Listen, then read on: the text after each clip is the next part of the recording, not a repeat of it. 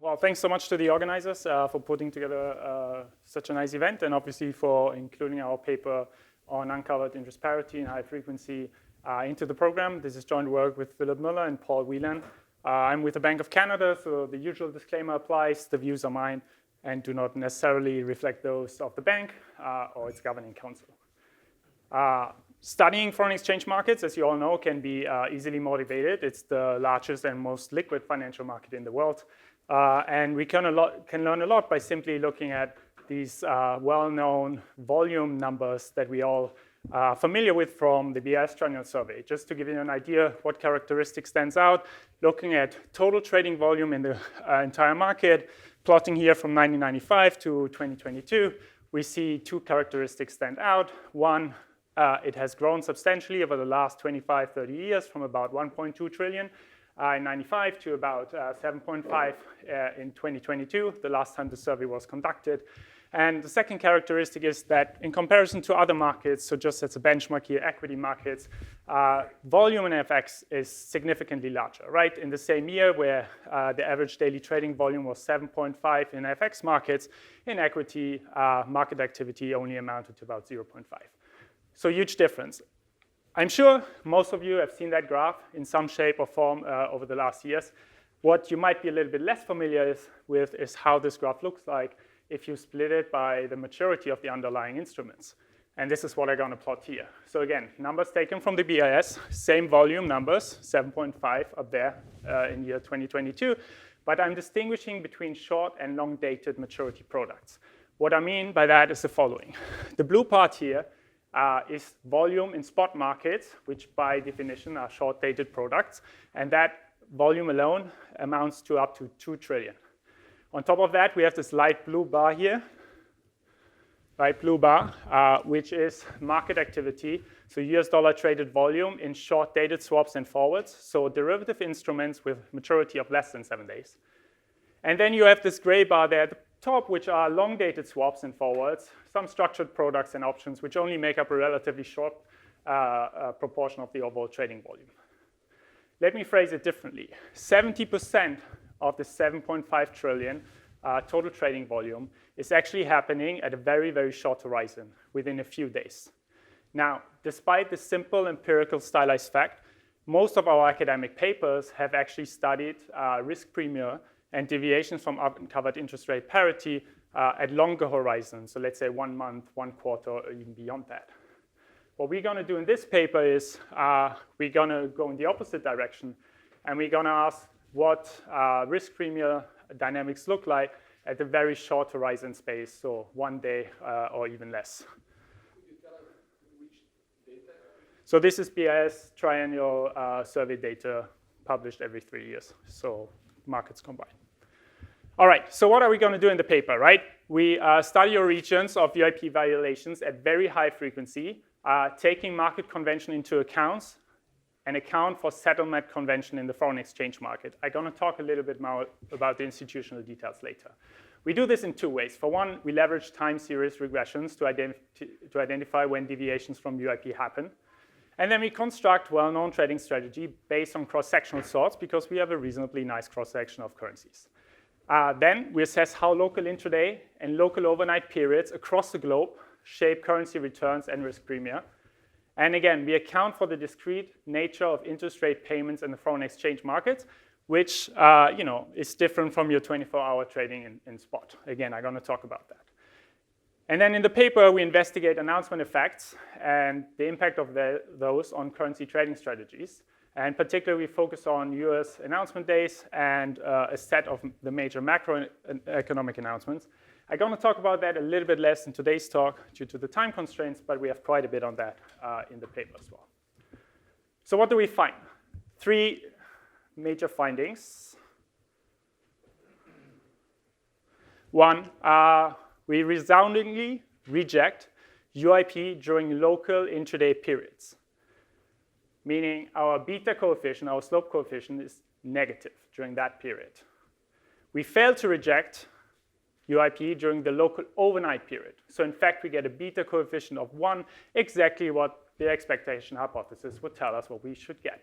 Second, trading strategies based on these violations accrue their returns mostly during the intraday period. So most of what you earn is actually happening in the hours of your intraday period. Having said that, there's an interesting bifurcation of excess returns to these trading strategies, which is the following. Carry trades, so the ones that are exploiting the cross-sectional variations, primarily earn their returns on announcement days. So even though those announcement days only make up about 13% of our sample, you earn about 62% of all your carry trade returns on this small subset of days. In contrast, dollar carry trade returns, so those strategies that essentially exploit the time series variation, generate most of their returns on non-announcement dates. What are the implications? Well, first of all, I think we provide broad evidence on an insight into the origins of currency risk premia, number one. Second, our findings are largely consistent with risk-based explanations of uncovered interest rate parity. And second, in particular, looking at these announcement days, we show that there are distinct risk factors which shape premia on different types of days. Again, we have continuous risk, which is sort of the underlying source for strategies such as the dollar carry or the forward premium trade. And then we have non-continuous risk, which is particularly important on announcement days. And it's usually important for cross-sectional strategies such as the carry. Okay, so let me jump right into the data. We built a data set, a large data set based on high-frequency data for the G9 currencies against the US dollar, meaning we look at the Australian dollar, Canadian dollar, Swiss franc, euro, pound, Japanese yen, Norwegian kroner, New Zealand dollar, and Swedish krone, which in aggregate cover about 75% of overall market activity. We built a high-frequency data set for the last 25 years, starting in January 99 and end in December 23. We get data on bid and ask prices at the tick level, then sample it at the 5-minute frequency to alleviate concerns that any of our results are driven by market structure noise. We get mid prices and continue our analysis from there. Importantly, we also get daily data on short-term funding instruments, which are short-term forward points or deposit rates on what's called tomorrow next or spot next contracts. So these are basically forward instruments that exactly match the maturity of a one-day spot trade.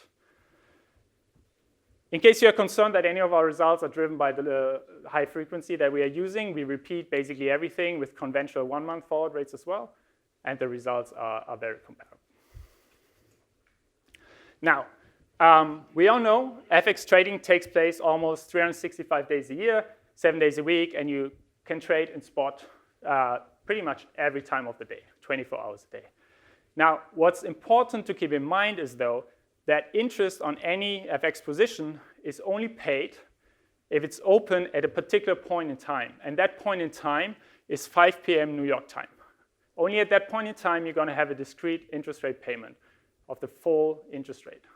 So let me be clear. If you buy euro at 4:50 p.m. and you close your position at 5:10, so you pass this 5 p.m. threshold point, you're going to earn your entire interest rate payment for the day and not only the proportional amount to these 20 minutes that you had your position open. In contrast, if you only trade within the day, so not over this 5 p.m. threshold, you're not going to earn any interest at all. And that plays a big role. Our spot rate here is defined as domestic currency over foreign currency. So whenever you have an increase in ST, it means your foreign currency appreciates. And we start the analysis by taking a US investor's point of view, meaning we sample close-to-close returns measured at 5 p.m. New York time. So the day ends at the exact point in time when interest rates are paid out. And then we split that day into two different components. We're going to have an intraday period, which is going to be from 7 a.m. to 5 p.m. New York time. And we're going to have an overnight period, which is going to be from 5 p.m. and 7 a.m., spanning the entire 24 hours of the trading day. Now, this is the intraday data from spot markets with which we can construct the excess return then for close-to-close. So close-to-close spot plus your forward premium. And your excess return for the overnight period, which is your spot return plus your forward discount. Again, there's no excess return for the intraday period because you're not earning any interest payments if your position is not open during this 5 p.m. threshold point. All right, in addition to this high-frequency intraday data, we also have short-term funding instruments, which are the spot next and tomorrow next contracts. So these are important for our daily regressions because we want to take into account exactly the settlement rules in FX markets, which usually are T+2. Right? So the exception is the Canadian dollar, where it's T+1. But for all of the other G8, you have a settlement period of T+2, meaning that if you buy your euro on a Monday, the settlement period is going to be on a Wednesday. And if you sell your euro again on a Tuesday, the settlement day for that trade is going to be on a Thursday. Right? So it's going to be T+2 to T+3. So to match that one-day trade from Monday to Tuesday, you need to align it exactly with your spot next contract. And you're going to do the same for the Canadian dollar with the tomorrow next contract. Again, exactly aligning that one-day trade in spot markets with your forward trade. Once we have that data set up, we're going to start and run standard pharma 1984 regressions, which we are all familiar with, right? So standard expectation hypothesis would tell us that your expected change in your spot rate here on the left-hand side is going to be the same as your interest rate differential. Again, maturities are matched between left and right-hand side. We usually assess that hypothesis in a regression framework, having the realized returns on the left-hand side between today and period T plus tau, which in our setup is going to be 1 day. And then we're going to have the interest rate differential or the forward discount on the right-hand side. We're going to assess two hypotheses, or the literature has assessed two hypotheses where the beta is equal to 0, beta is equal to 1, and alpha is equal to 0. Now, we all know from some work of you here in the room that an extensive literature rejects both null hypotheses, and there's essentially no empirical support for UIP to hold. OK, now let's rerun that in our setup. So I'm going to have, again, a US investor's point of view. I'm going to run a panel regression with spot returns on the left-hand side. On the right-hand side, I have currency fixed effects, and then my forward discount, which is based on the spot next forward rates. The returns on the left-hand side are going to split up in 3 different components. I'm going to have close-to-close returns, so from 5 p.m. to 5 p.m. I'm going to have an overnight return, which is only consisting of spot returns from 5 p.m. to 7 a.m., and then from 7 a.m. to 5 p.m. again. I want to focus here on the beta coefficient, so on the slope coefficient in that equation, which most of the literature has focused on. Let's start with close-to-close, right? We are all familiar with that. It's essentially 0, and economically speaking, quite far away from 1, right? Exactly resembling what we have found in the literature that UIP holds if we use close-to-close return. Same we find for the daily periods as well. Now let's look at the overnight period, and we find a completely opposite result. In fact, it turns out that your beta coefficient on your overnight returns is exactly equal to 1. And it's statistically different from 0. In contrast, if you run the same for the intraday period, you get exactly the opposite result. You get a beta of minus 1.2. Again, statistically significantly different from 0. And clearly, it's different from 1, right? Suggesting that your failure from UIP is actually coming from your intraday period, while during the overnight hours, your spot returns move exactly in the direction as your forward rate would suggest they should. Now, these results are pretty robust, and I don't have time to walk through them in the presentation, but believe me, the result holds through all different kinds of specification. Now, so far, we have taken a US investor's point of view, but obviously, we can rerun the same exercise from any investor's point of view across the globe. Since we have G9 currencies, we can, for example, ask, how would that same figure look like for a Tokyo-based investor who is interested in Japanese yen-denominated returns? We can construct a Japanese yen-denominated base portfolio and then run the same regression, but take into account local intraday hours. So the intraday hours of Tokyo and the local overnight hours in Tokyo, which are obviously very different from what's happening in the US. And in fact, in this particular case, they are almost the opposite, almost exactly the opposite. So we're going to rerun the same regression, but now have a different base portfolio J, which I indicate here on the x-axis. And I'm going to have the overnight returns in local overnight times here on the left-hand side. And I'm going to have the intraday returns in local intraday hours on the right-hand side. A clear picture emerges. On the left, UIP holds pretty much for all currency, exception for the Norwegian krona. But your beta is not statistically different from 1 in pretty much all of the cases. And intraday, we reject it. So it's not a US dollar-based phenomenon, but it's actually a global observation that we can make. So far, we have only looked at the time series variation, but obviously we can go a step further and apply Hassan-Manos decomposition, which again has been conducted at the monthly or quarterly frequency, and bring it down to the daily level. That decomposition is very nice because it links these regression-based tests of UIP into a cross-sectional framework, and it maps your unconditional covariance between excess returns and the forward discount into a cross-currency component, which is essentially your static carry, a cross-currency time component, which is your dynamic trade, and then the cross-time component, which is your dollar trade here at the bottom.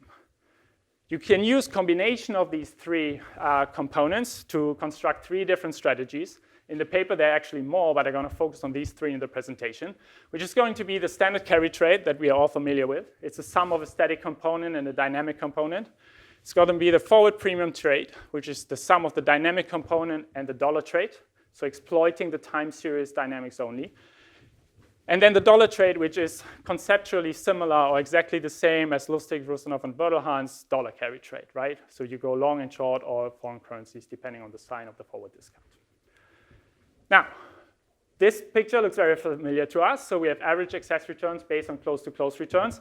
They are positive, though not always statistically significant given the sample period we look at. But for traditional carry, let's focus on that. Returns amount to 3.63% on an annualized basis, and it's significantly different from zero.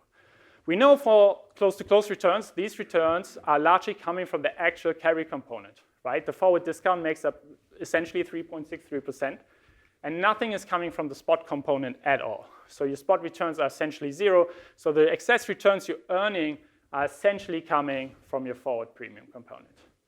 Now, that's a decomposition we are familiar with, but obviously we can rerun it and thinking of it in US overnight and intraday terms, right? So the first row now is your excess return during your overnight period, meaning the position you open at 5 p.m. and you close at 7 a.m. in the morning. You earn that spot return plus that interest rate differential. What do we see? We see that your excess return over the overnight period is essentially zero, meaning that your forward premium that you earn on your portfolios during that overnight period are completely offset by movements in your spot rate across the three portfolios, right? So your currencies essentially strongly depreciate across these different FX portfolios and completely offset whatever you would earn from that forward premium, right? So you're essentially at zero when the US intraday period starts, but then these FX portfolios start to appreciate strongly, and you actually start to earn money on all of these trades. Meaning during the first part of the day, your currencies actually lose in value and kind of offsetting what you're earning on your carry. Then US markets opening up, and that's when you start earning spot returns in favor of the direction of your positions. With almost out of time and 1 minute left, let me spend one slide on how this differs between announcement and non-announcement days. So we start off with 3.63% for carry at the top, the number we have seen now 5 times. Now let's split that up into announcement days, so FOMC and macro announcement, and all other days. What do we see? We see a dichotomy in the returns to these strategies, which is the following. On announcement days, the carry earns most of its return, more than 60%, 2.25 out of this 3.6. On non-announcement days, the dollar carry and the forward premium trends are actually the days where these currency strategies are earning most of their returns. Meaning that we have these two different kinds of risk factors. We have continuous risk on non-announcement days when dollar carry and forward premium trades are earning most of their money. And we have non-continuous risk where the traditional carry is making most of its profits. All right. Let me close up. We have 3 results. UIP can be primarily rejected during local intraday hours. We've seen that for the US, and it holds across the G10 sample. Most of your returns to these strategies that exploiting these UIP violations are coming from the intraday period, so the orange bars there. And then you have very different returns on announcement and non-announcement days, depending on what strategies you're looking at. And if you exclude these announcement days, for example, from carry, your returns diminish by quite a lot. Thank you very much for your attention, and I look forward to Fabricio's discussion.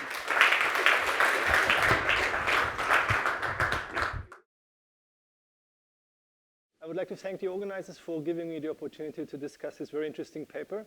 I'm especially happy because Ingomar did a very nice job in discussing one of my own papers, so I'm kind of happy to, being able to return the favor here. What I want to do in this discussion, I want to briefly summarize what the paper does, and then I want to offer a few suggestions, and actually the authors have already implemented some of them because we had some email exchange yesterday with Ingomar in how to essentially sharpen the mechanism here. So the paper asks a number of intriguing questions. What causes deviations from uncovered interest rate parity? What can we learn from looking at intraday movements in exchange rates and by splitting the sample based on different intraday periods about UIP? Are there times of the day where UIP holds and other times of the day where UIP is violated? These are all very important questions, and I think for this audience, it doesn't really take much more of a motivation why we want to engage with this question. Just to say the least, UIP is probably the longest unresolved puzzles that we have in international asset pricing. In fact, we have built a series of models that try to explain cross-sectional differences in UIP. So the entire international asset pricing literature builds on uncovered interest rate parity deviations. If you take UIP out of the equation, if UIP holds, there are no currency excess returns. So yes, we absolutely want to understand what causes deviations from uncovered interest rate parity.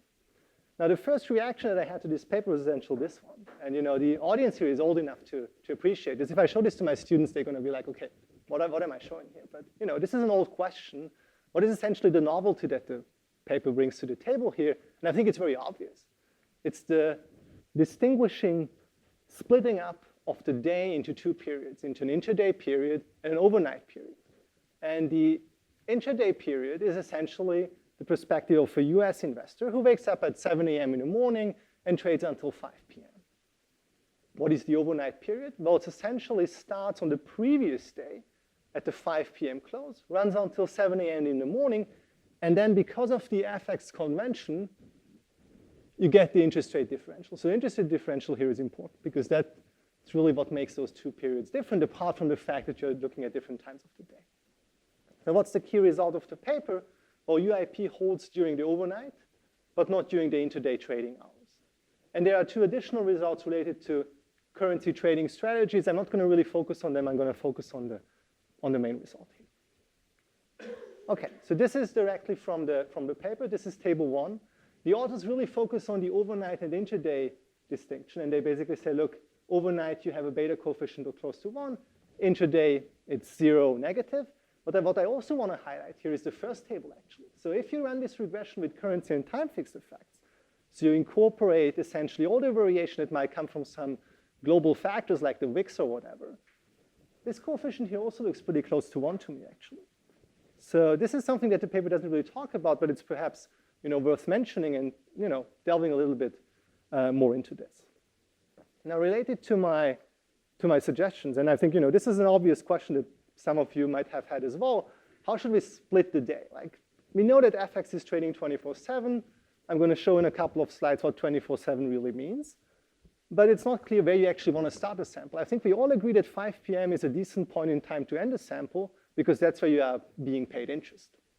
So what I want to do is I want to look at a few trading volume plots using the CLS data that I've used in some of my own papers and ask a couple of questions essentially. So if you look at spot trading volume, and the blue area is the one that the authors highlight as the intraday period, then what you see is there's this little dip here. Now, why is there a little dip? Well, because Europeans like to have lunch, right? This is London time. This is where Europeans have lunch. Americans don't have lunch. There is no dip around lunchtime for the New York trading hours because they all do desk lunch, right? So there's liquidity before the 7 a.m. cutoff value here as well.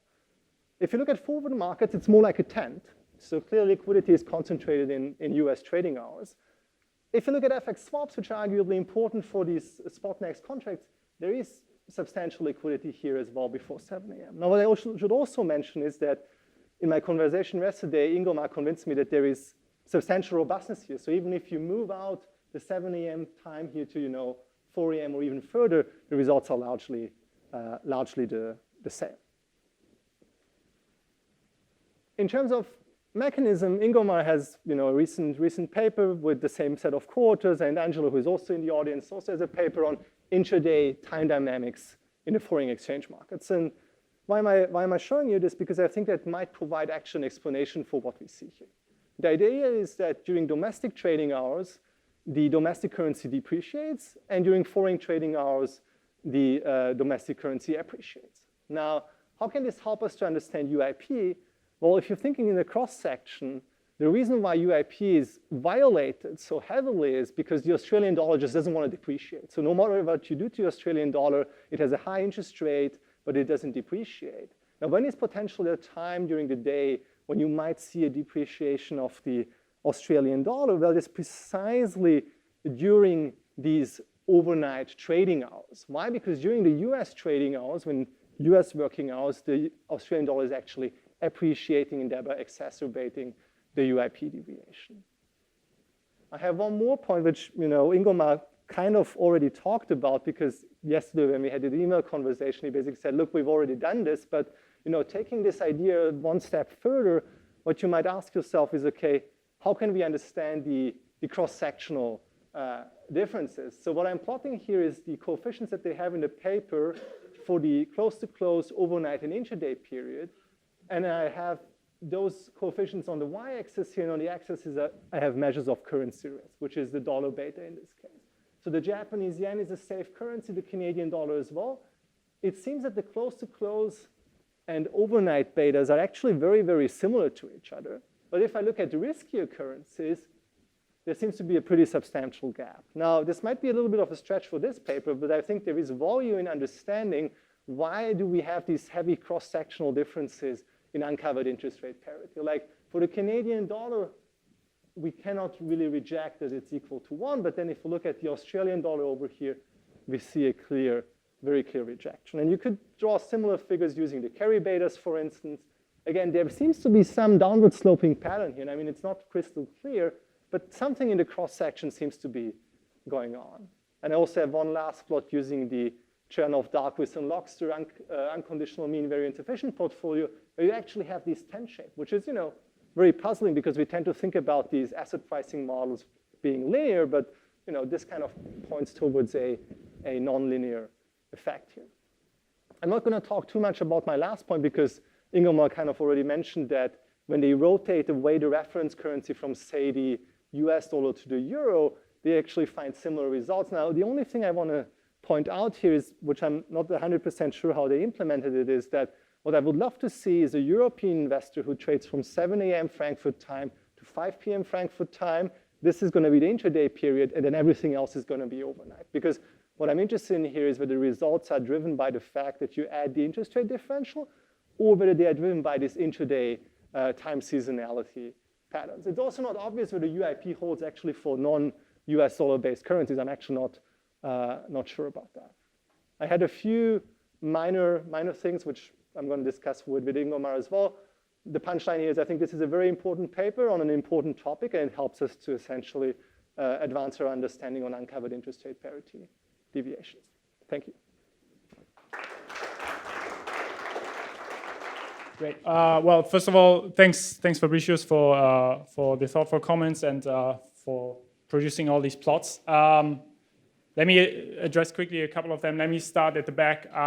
So obviously, the difference between dollar trade and dollar carry, as in Lustig, Russell, and Werdelhan, they're conceptually similar, but there are some differences in terms of how you scale some of these returns, and the threshold is different, right? Lustig, Russell, and Werdelhan just use the average forward discount as a threshold, whether it's positive or negative. In Hassan Mano, it's whether it's different from the long-term average. So similar conceptually, but slight differences in the strategies. The short-dated swaps points, we talked about it. It doesn't matter for analysis at all. For the forwards rates we look at, spot next and tomorrow next, it's exactly how we do in the paper. You add the forwards points to it. I'm going to look at that table. Let me maybe address a couple of these others. I showed him the plots yesterday. So it's true, obviously. Like in FX markets, the opening hours are not as clear defined as in equity markets, but we kind of move the opening hours back 15 minutes for 3 hours, forward for 3 hours. So if you use any reasonable time for opening hours in the US, the results go through, right? So betas are positive for overnight on the left, on the right, they are negative. about the opening hours globally, we use the opening hours of global trading venues, right? So in Tokyo, it makes sense, we believe, to use the opening hours of Tokyo markets, and that applies to Australia and New Zealand dollar as well, since they're in the same geographical region. And then for the European currencies, we use London as a major center in the opening hours of London. But yeah, it's work in progress. We can definitely look into this a little bit more. Again, appreciate the comments. Thanks a lot. And if there are any questions. Question or comment. Again, sorry for being a pain in the neck of the data. It's so clear it's Refinitiv, but I think here is important to understand what is underneath the Refinitiv, because Refinitiv may give us pricing information continuously, but market, they do cycle, and they tend to stop with the future market closing at 5 p.m. on Friday, resuming on Monday. Certainly over the weekend, the liquidity is much lower. So it would be good to understand what is it forming those prices that you're using. And a quick comment, I think it's not European lunch. The cycling in the liquidity is really when Japan goes offline and New York start to come up online, where you had those cycles over there, I think. And there is a paper on that.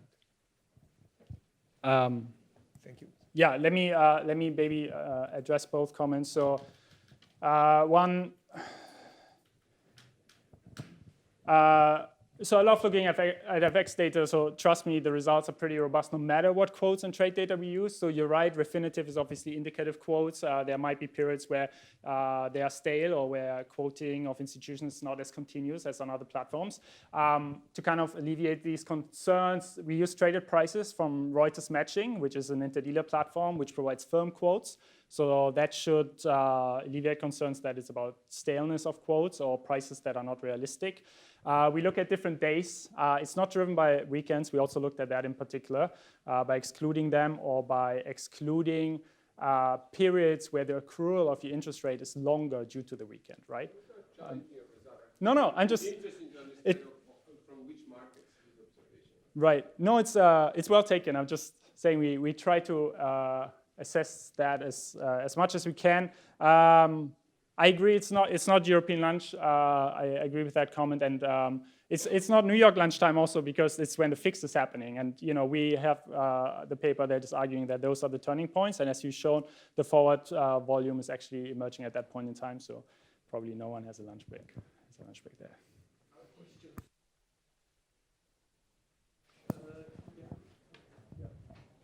Just a quick question. So very nice paper. I'm just trying to understand whether it has anything to do with the equity market's tag or war pattern, so that different investor clientele, institutional investor trade more aggressively in the overnight period, which seems to be consistent with the more pronounced patterns of UIP deviation. That's a nice question. It's a good question. I guess in contrast to equity market, it's incredibly hard to determine who is actually trading during these hours. And with our data, we cannot determine that because we cannot determine whether it's institutional investors at certain points in time that are driving this. Given how global these results are, I'm not entirely sure it's a particular set of traders that are driving the patterns. But yeah, it's a point well taken.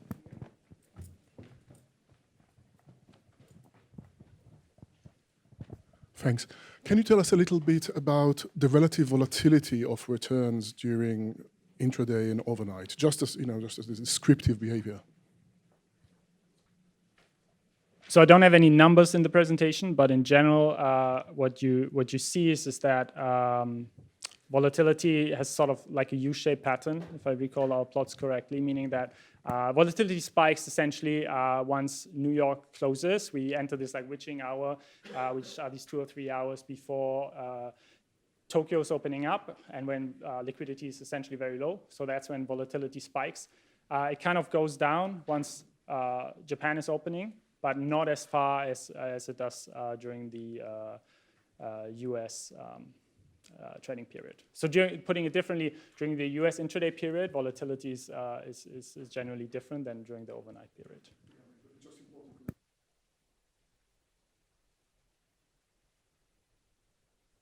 we can control for that a bit more explicitly, but I'm fairly confident the results go through. Thanks.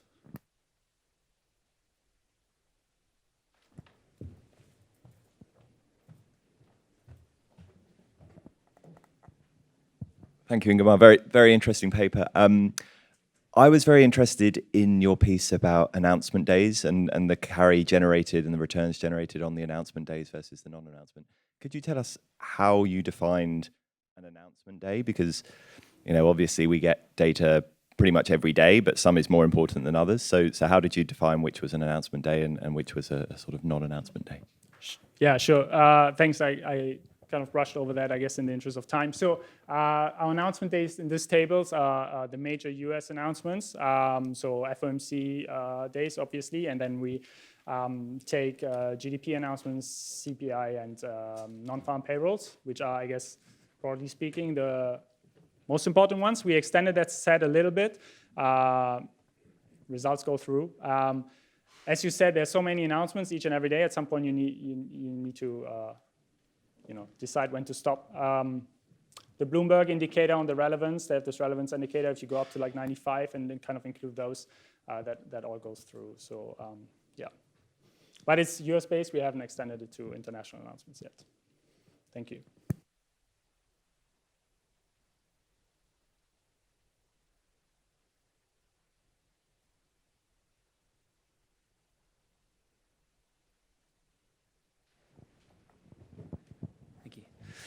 Yeah, I just wondered if you looked at decomposing the results across different time periods. So say pre and post 2007 or 8 or something, because sometimes you see quite distinct results or structures in those different time periods. Yeah, thanks. So let me point at the robustness slide again. So there's this, what Mencijin called like the new pharma puzzle that suggests that in the post-global financial crisis period, UIP is more likely to hold compared to the pre-financial crisis period. So we run the same kind of test across these different sample periods, and results are honestly like very robust. So your overnight beta is close to 1, your intraday beta is close to -1. It doesn't seem to matter. Doesn't seem to matter at all. Thank you. Thanks.